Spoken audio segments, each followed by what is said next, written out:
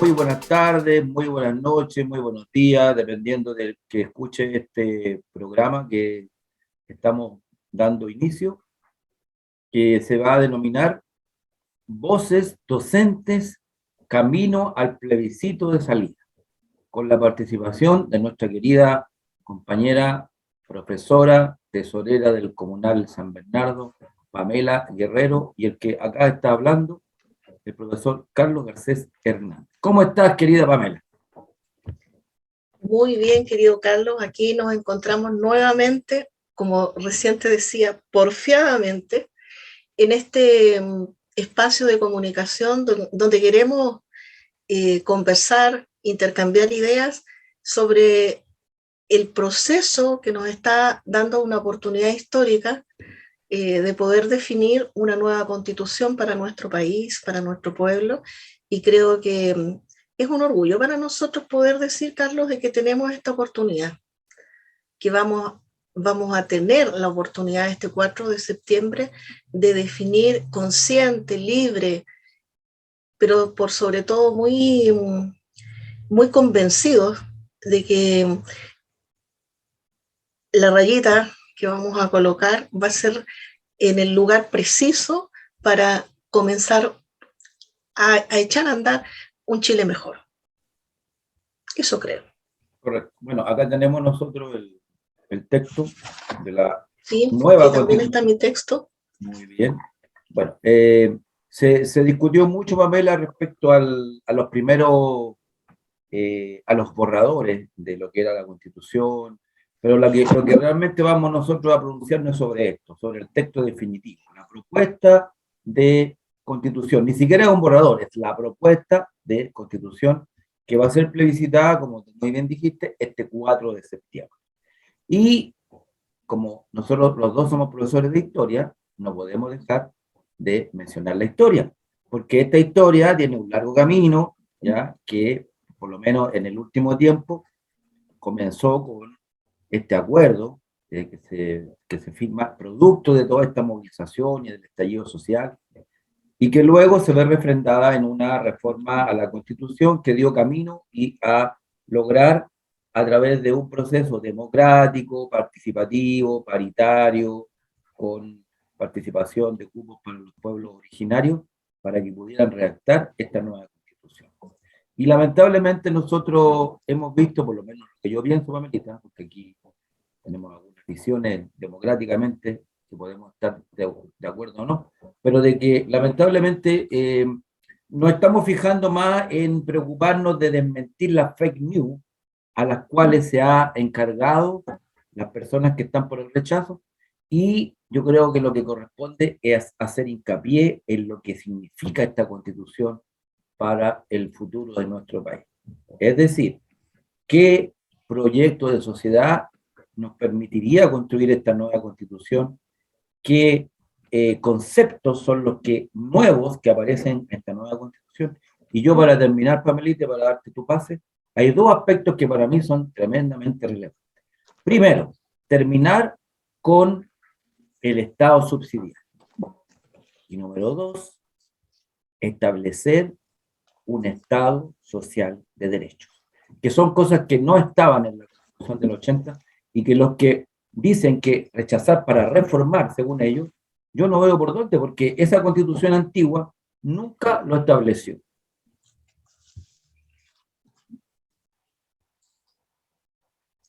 Efectivamente, creo que los aspectos más notables de la nueva constitución están referidos en, primero, terminar con el Estado subsidiario, este Estado que en la práctica significa que al empresariado, ¿no es cierto?, al privado se le entregan los fondos del Estado, los fondos económicos, para que ellos administren eh, y saquen el mejor rendimiento, supuestamente, de aspectos fundamentales en la sociedad, como pueden ser en la explotación de bienes naturales, en el caso de los derechos sociales, como es la administración de establecimientos escolares, de establecimientos en estudios superiores, pero incluso llegando al punto de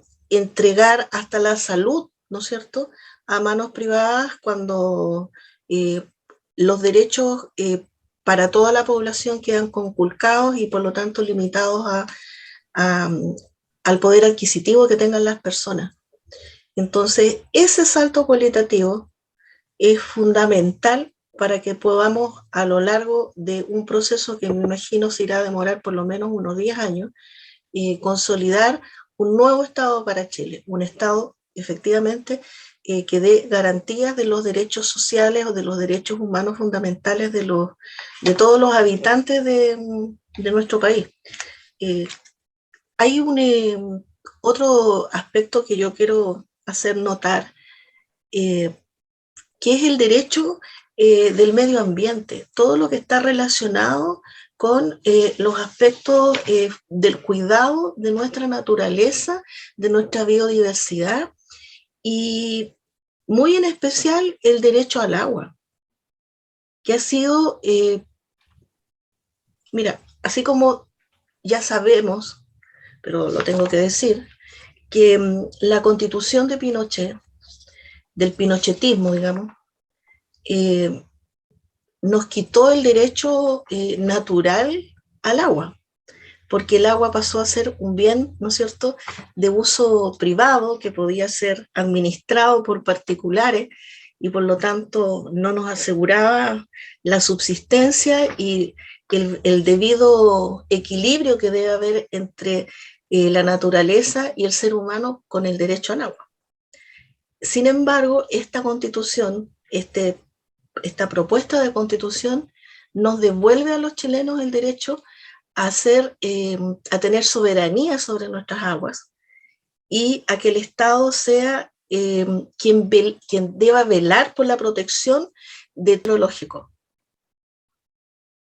No nos pueden, ya no en las futuras, por lo menos las generaciones futuras, van a tener la seguridad de que la gestión del agua, la administración del agua, para todo nivel o para todo tipo, digamos, de uso, va a estar cuidado fundamentalmente asegurando su existencia para la humanidad, para la población, porque no se va a poder hacer uso del agua preferente para la industria o para las empresas o para los privados a su entero antojo, dejando a la ciudadanía o al pueblo desprovisto de ella. Entonces, yo creo que aquí estamos dando un salto, por supuesto, también cualitativo, porque el agua es vida y nosotros los seres humanos no podemos vivir sin el agua. Y el Estado, que es un ente, que es un ser, ¿no es cierto?, una estructura social superior que la construimos nosotros los seres humanos, no es divina. Por lo tanto, tiene que tener el máximo de cuidado de preservar la vida humana. Y yo creo que en este cuidado que se puso en la Constitución, le vamos a asegurar el futuro a las nuevas generaciones. Eso te quería comentar. Bien, entrando en lo que es lo específico que acaba de comentar la compañera Pamela, nosotros lo podemos ver en el capítulo 3 de la propuesta de nueva Constitución, donde se refiere específicamente a la naturaleza y el medio ambiente. Y por los comentarios que yo he escuchado y leído, la verdad que una Constitución que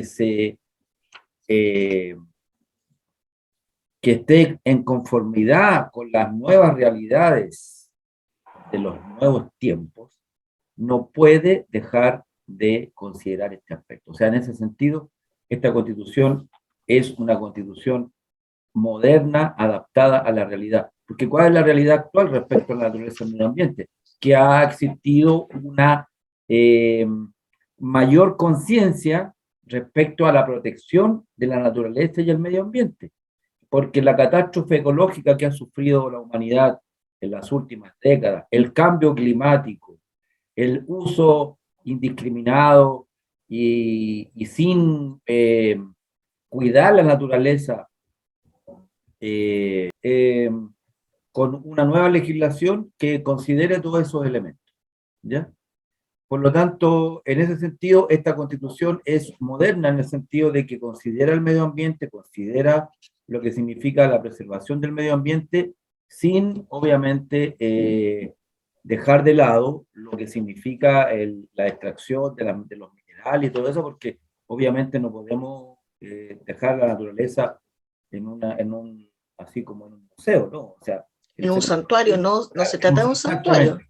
Exacto, o sea, hay que buscar un equilibrio, hay que buscar un equilibrio entre lo que significa un cuidado del medio ambiente y la actividad económica, ¿ya? Entonces, en todo caso, esto ya se ha venido haciendo porque hay mucha legislación al respecto, los estudios de impacto ambiental, las comisiones Sí, de medio ambiente, etc. pero disculpa que te interrumpa, pero en todo este tiempo lo que nosotros hemos conocido en Chile, a lo menos en estos últimos 30 años, es que con el modelo neoliberal lo que se impone es que el máximo beneficio para la empresa, el máximo de beneficio para el particular o los privados, que terminan siendo unas pocas personas, los que conocen eh,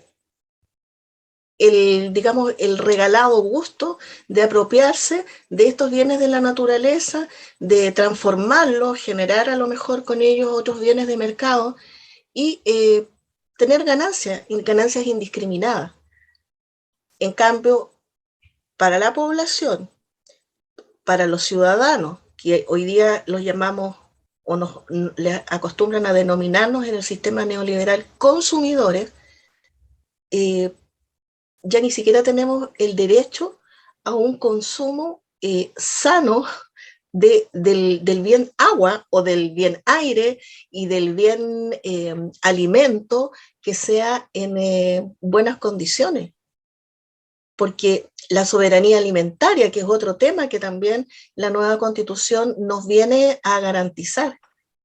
Pero partiendo con el que estábamos conversando, el agua.